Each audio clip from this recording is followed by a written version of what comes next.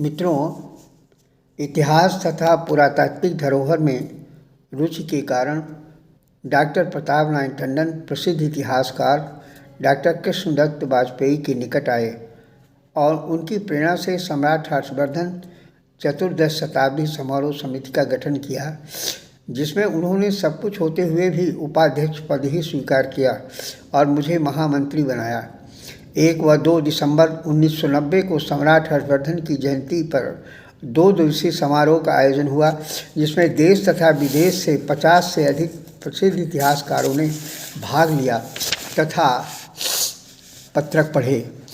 इसकी स्मृति को बनाए रखने के लिए 14 फीट का संगमरमर का स्मृति स्तंभ तथा सम्राट हर्षवर्धन की प्रतिमा गौरी शंकर मंदिर के प्रांगण में स्थापित की गई। कंपिल, संकिसा तथा फर्रुखाबाद जैसे स्थानों में पांचाल शोध संस्थान के सम्मेलनों में पूर्ण भागीदारी उन्होंने उपाध्यक्ष के रूप में निभाई।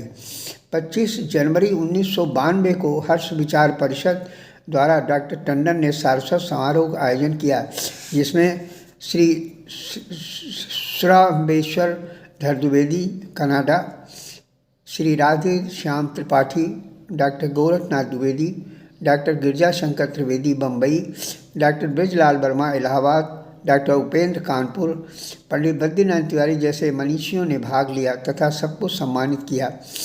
21 वर्षों के बाद मेरठ में पंडित श्रीनाथ चतुर्वेदी जन्म शताब्दी समारोह का आयोजन 27 व 28 मार्च 93 को संपन्न हुआ, जिसमें मुझे, कमल किशोर अडवाणी तथा गोपाल की सैनी को उत्तर प्रदेश हिंदी साहित्य सम्मेलन का प्रतिनिधि बनाकर भेजा और स्वयं दूसरे दिन पहुंचकर विषय समिति की बैठक की अध्यक्षता की और हिंदी संबंधी महत्वपूर्ण प्रस्तावों को पास किया।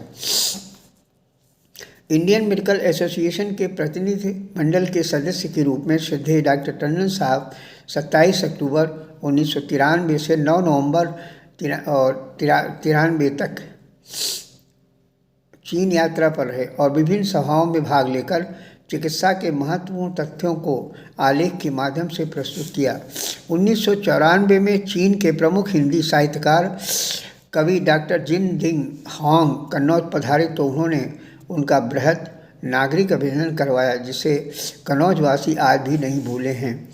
14 जुलाई 1994 को डॉक्टर टंडन साहब एक पत्र मुझे लिखा, जिसमें लिखा था कि राष्ट्रभाषा हिंदी को तिरस्कार तथा निरादर की जिस पीड़ा से वर्तमान में गुजरना पड़ रहा है, उस पर गंभीरतापूर्वक सृजनात्मक विचार करने के लिए उत्तर प्रदेश हिंदी साहित्य सम्मेलन के तत्वावधान में देश विदेश के अनेक हिंदी सेवियों तथा मनीषियों की एक दिवसीय गोष्ठी का आयोजन कन्नौज में होने जा रहा है।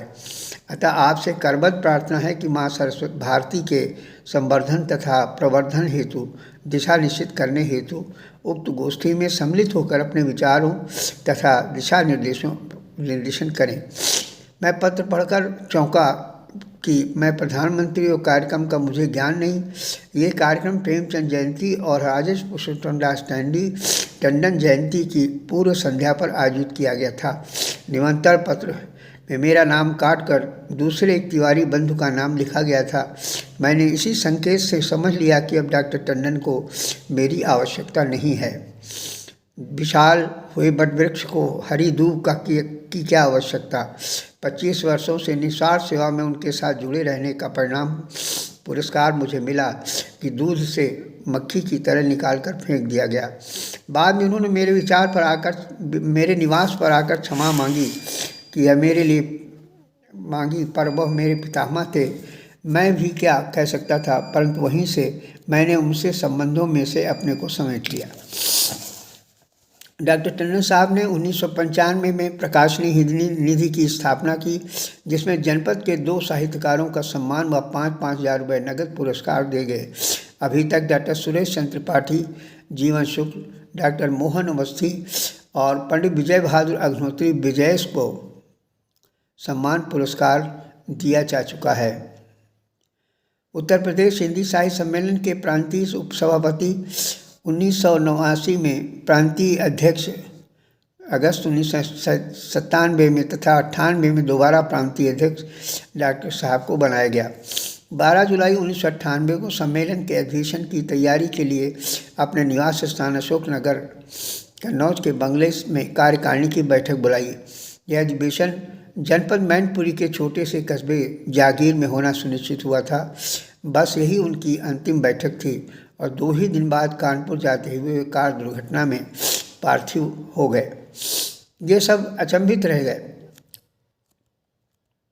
एक प्रस्ताव में उत्तर प्रदेश हिंदी साहित्य सम्मेलन लखनऊ में ने स्वीकार किया कि डॉक्टर टंडन जैसे हिंदी प्रेमी और सेवक दुर्लभ हैं। वे कन्नौज के अत्यंत व्यस्त चिकित्सक थे, किंतु अपने गहरे प्रेम के कारण वे सम्मेलन के कार्यक्रमों में, चाहे वे किसी नगर में हों, वे अवश्य उपस्थित होते थे। 80 वर्ष की अवस्था में यथोचित उत्साह तभी संभव है जब किसी के मन में निरम्बिशन हो। डॉक्टर टंडन के निधन से केवल उत्तर प्रदेश हिंदी साहित्य सम्मेलन ही नहीं, हिंदी जगत ने एक मिशनरी खो दिया है। श्रद्धेय डॉक्टर टंडन की हिंदी निष्ठा और प्रेम ने ही मेरे उदास संस्कारों को समृद्ध किया। अंत में इतना कहूँगा कि वो चंदन है और मैं पानी, दोनों ने मिलकर भारतीय भाषाई भार पर हिंदी को तिलक किया और करते रहेंगे।